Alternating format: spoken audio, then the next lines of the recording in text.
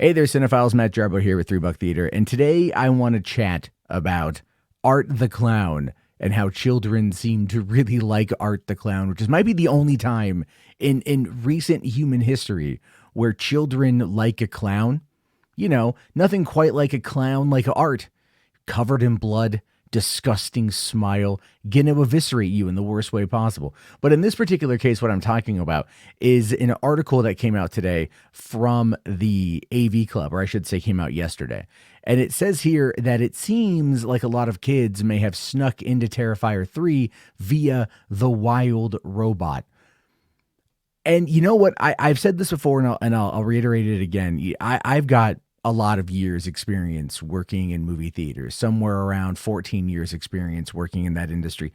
And this blew my mind because I never really dawned on me for being a reason why Terrifier 3 may have done as good as it did. And then also why The Wild Robot, a film that was about to hit PVOD, a film that had already kind of been on the decline, saw a bit of a bump. And that's exactly what the article talks about. And that's kind of what's been going on. So basically what they're saying is that people in the theater industry, right, the distributors, the theaters themselves, they saw an uptick in Wild Robot tickets being purchased this past weekend. In fact, it was right underneath Terrifier 3, I think. Terrifier 3 did 18 million. Wild Robot did 13 million. Joker bombed again, as we've talked about. But this is great for theaters because people are going to see movies. These kids are going to see movies that's unrated, that they're not allowed to see. And it's kind of, I'm not going to lie, it's kind of heartwarming a little bit. Now, let me explain why that is. Should children see Terrifier 3 is a question we need to talk about right off the bat. The answer to that is no, they shouldn't see Terrifier 3. That movie will scar a kid for life. But at the same time, I can't fault ingenuity. I can't fault the determination and the desire to go and see something that is considered taboo.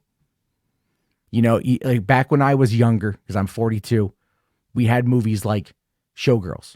NC-17, can't see it unless you're 17 years or older. And how many people snuck into that one? A lot of people did.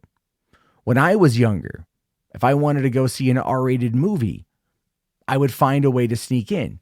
Usually what I would do is I would have my mom buy the ticket and then leave. And then I would go stand in between the box offices and wait for a couple to go see the movie. And then I would just follow in right behind them. So the ticket taker would assume that I am with those people. And I did that more than once, and it worked every single time. I did occasionally buy a ticket for one movie and sneak into another. I never got caught, but I was always really paranoid about it. But that was back in the 90s. That was back in the day. When I worked for a movie theater, man, I loved catching kids sneaking in to movies that they shouldn't see.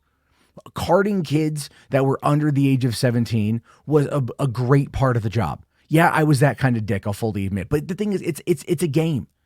It's a total game. All right? Like, you sneak into one and you got to wonder if you're going to be caught. And back in the day, it was really up to like an intrepid, floor person in a theater to be able to like go walk around and try to do an accurate count. Or look to see who's potentially there when they shouldn't be, things along those lines. They don't do that anymore. So buying a ticket for one movie and then just walking into the other, yeah, you could probably get away with it. And the only way that you'll get caught is if you cause a scene. That's probably the only way you're going to get caught. Because the average moviegoer isn't going to give a shit. They don't care. They want to watch the movie. They want to enjoy the experience that they paid for. And if you're a kid and you're being disruptive, that's going to disrupt their experience. And then they're going to go and they're going to rat you out. But if you sit in the back, if you sit out of the way and you don't bother anybody, no one's going to say a word. And movie theater employees, they might have to go and do theater checks, but a lot of them just kind of walk in, take a look, walk out. That's it. They check to see whether or not the movie is running fine, the sound is sounding fine, and if there's any disruptions. These are largely minimum wage employees that do this just so they can go see free movies.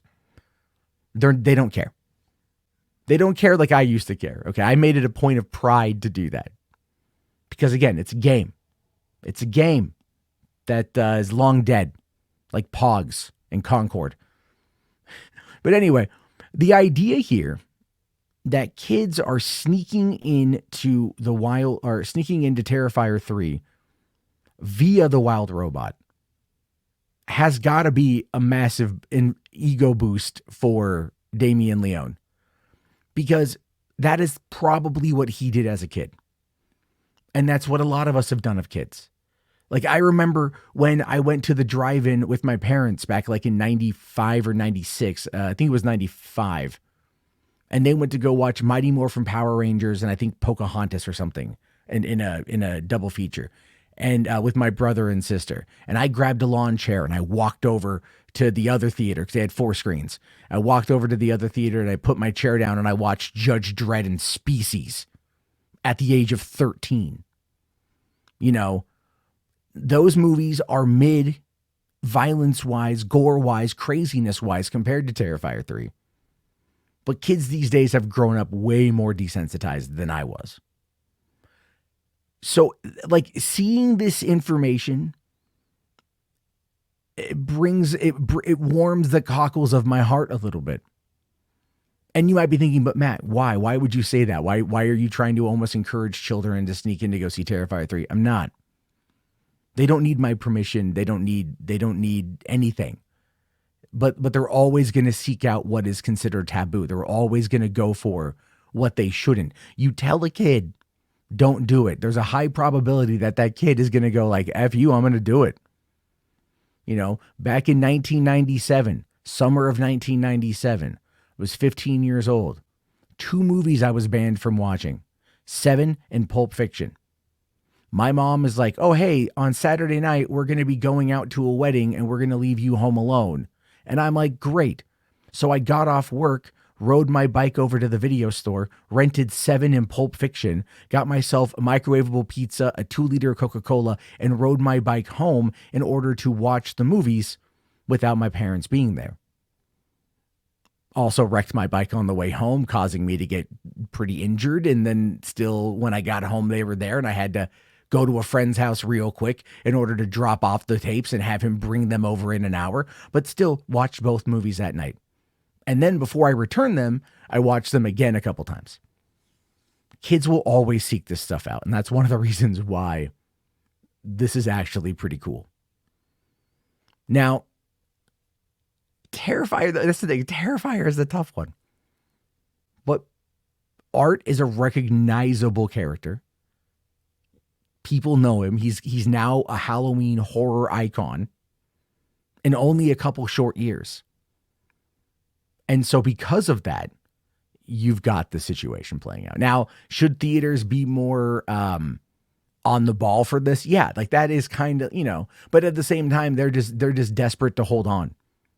They are just holding on for dear life, hoping that they can keep their doors open. So you know what? Any port in a storm, any ticket sale is going to be beneficial.